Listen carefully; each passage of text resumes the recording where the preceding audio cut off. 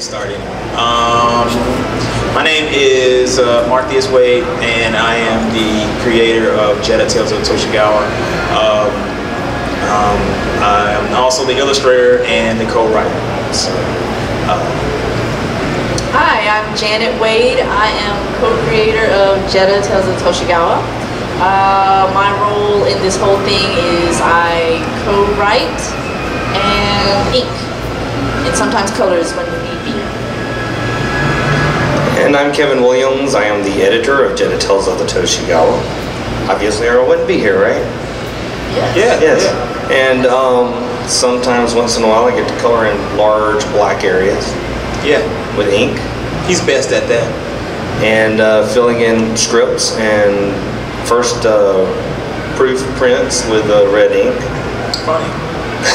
Thank you very much. You know, honestly, we've come a long way with this since our introductions in Canoe. Yes. We know what we're talking about. Yes. Sort of. So, Alright. but You're good. No, okay. Well, I was just going to ask Marthius, where did you find your team? I picked them all up at the mall.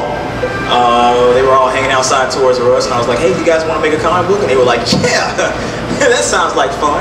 No, actually, we all went to school together. We were all like, we went to University of Memphis together. And if you didn't know, it's the format right now. Kevin's going to be acting as moderator as well as speaking as well. So he's got most of the questions. And like I said, chime in if you want to. But we were all at University of Memphis. I was a graphic design major, and I ran into this crazy dude in one of our three-dimensional 2D design class. It was 2D design class, and ever since then we've been friends. We started talking about comics and what we wanted to do and things like that. And it just kind of snowballed into, hey man, let's go to these conventions, and then it snowballed to there. Why don't we just do our own comic book, you know? And ever since then we've been half crazy and lost our minds. But and then I ran into Janet in a creative writing class, and you know, she actually chased me down on some train tracks, man, and she was like, you know, you are so good looking, I just want to talk to you. And I was like, oh wow, really? No, but actually it kind of creeped me out because it was like the last day of school, and I was like, okay, cool, I'm gonna go home, I'm gonna chill out, eat a hamburger, take a nap. I'm crossing the train tracks because the University of Memphis is like right next to some train tracks, and I hear, hey, right behind me. I don't know, okay? Just keep walking, just go to the car, make loud noises or scream or something. Just drop the person, run if you have to. And I turn around and I'm like, oh yeah, okay, it's you. What do you want? Pretty much I was just like, really tell you the truth, I like the stories that she wrote and stuff like that, and I was looking for somebody to help me out with scripting and things, and she just fit the bill. So that's how the core Mall Productions team was met. What ended up, we have like more people that actually help us out with the book and team up with us. We have like www.toshigawa.com where we have most of our books up, and we also have free web comics that we have like every week. We put a new page to a web comic up, and like we have our main colorist is out of South Africa, so of course he couldn't be here, but so we have him. His name is Gareth Melvin.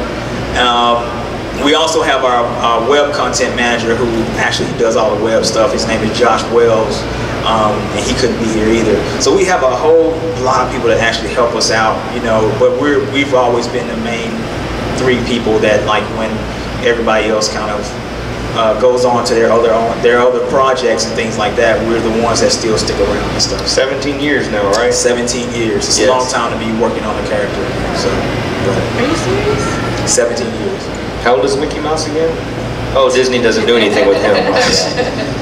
But yeah. So yeah, that's pretty much the rundown on who we are and how we got together. Well, Marthius, tell us, what is your main influence into this genre of storytelling? I had a big love for Japanese anime. Had a huge love for 80s martial arts movies, man. I used to Kung Fu theater on Sundays, man. I used to love that when I was a little kid, and Ninja 3: The Domination. I used to love that movie, man. I mean, you know, that sounds like a rap group. It does, doesn't it? Ninja 3: The Domination. But it was you know, it's real awesome, man. I mean, it had every type of appeal that I wanted. I love ninjas. I love martial arts. I've always been in martial arts my whole life. Since I since I was like 8 years old, I've been studying martial arts. I've been Shotokan karate, Muay Thai kickboxing, Taekwondo. So yeah, I've been in a lot of stuff. So that's always been a big part of my life. It's really, and you know, on a small level, I used to spar with Quentin Jackson, who's rampaging in the UFC. He's actually B.A. Baraka now on the 18. Shut up, fool. Kind of cool to see that, you know what I'm saying? But it's not cool to spar him either. He hits pretty hard. Yeah. So you know, I've been in martial arts for a long time, and that was my, you know, I had to do something with martial arts. Plus, I like drawing women. So, you know, you're terrible at it. You really need to practice. I'm pretty bad at drawing women, you know. But you're really good right through this area. Yeah, that's the best area that, you know, faces and everything else. Yeah. And you made a good trash can once. One time, yeah.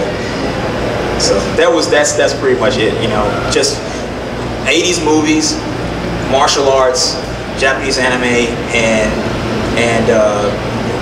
you know, women with swords, man. If you like those things, then you are a Jetta fan for life, you know. Yes. And Jana, wow. Jetta, Janet. Excuse me? I had to split the words up. Everything was just combining together there, just like, okay. You're supportive of the whole Jetta publication thing. You're very involved with it. What is your inspiration that leads you into working in this genre and to being a part of Jetta? What influenced you into the direction of that art style and story? I'm a military brat, and in my early childhood, I actually lived in Japan, so I got to get a taste of what anime is, and because they had it on all the time, like it's like just regular TV over there. So, and then when I came over here, I noticed, well, some of the cartoons are a little, you know, some of it has like a flavor of anime, but it didn't really have the style that I was used to. I think it was closer to when like I was either graduating high school or in college, or starting college, like in the early to mid 90s when anime started to really kind of take hold in America again, or not again, but just take hold in America. And that was where I started to like, try to get my hands on whatever I could find, like a lot of the classics like Ninja Scroll, anything from Madhouse Animation, anything from Bones Studios. Who is it, the guy that does, what's it called? Panda and the Serpent? No, Panda and the Serpent. No. Oh my gosh. That was like early anime. Anyways, I got that at the dollar store. That was reliving my childhood. I'm sorry for your childhood. That was a bad movie. It was a classic Chinese love story. You don't know nothing about that. No. Anyways, but like I was also influenced with when I guess comic books started to take hold again, like in the early 90s. That was still around like my late high school years. So like when Jim Lee started coming out, Image Comics, that's when I started to get into that genre as well. Before then, I knew who Superman and Batman were, but I never picked up a comic book. It was only when like Image and Marvel and the X